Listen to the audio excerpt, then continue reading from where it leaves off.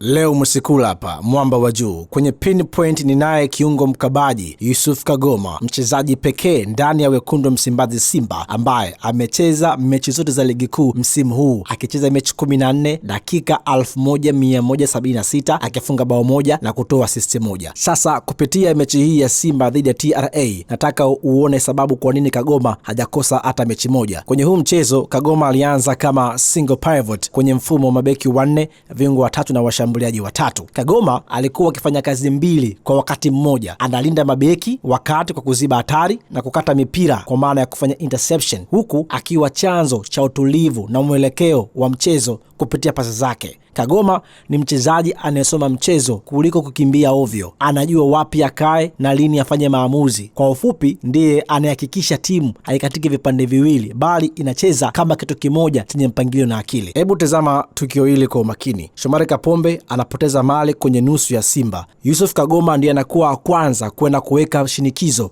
na kuharibu mpango kazi wa TRA. Mtizame hapa, baada ya Kibabage kupanda, yeye ndiye ambaye anakwenda kufanya coverage upande wa kushoto. Anakwenda kuhakikisha kwamba hakuna madhara ambayo yanatokea baada ya beki kushoto kupanda, na ndio kazi yake kiwanjani, kulinda pia maeneo ya pembeni. Kutokana na uwezo wake, Yusuf Kagoma kumemfanya kocha Steven Becker kuwa na uhuru na kujiamini kuingia na mfumo ambao unamtumia kiungo mmoja tu mkabaji ndani ya kiwanja, afanye kazi ya ulinzi na ifanye kazi ya kuanzisha mashambulizi kutokea chini.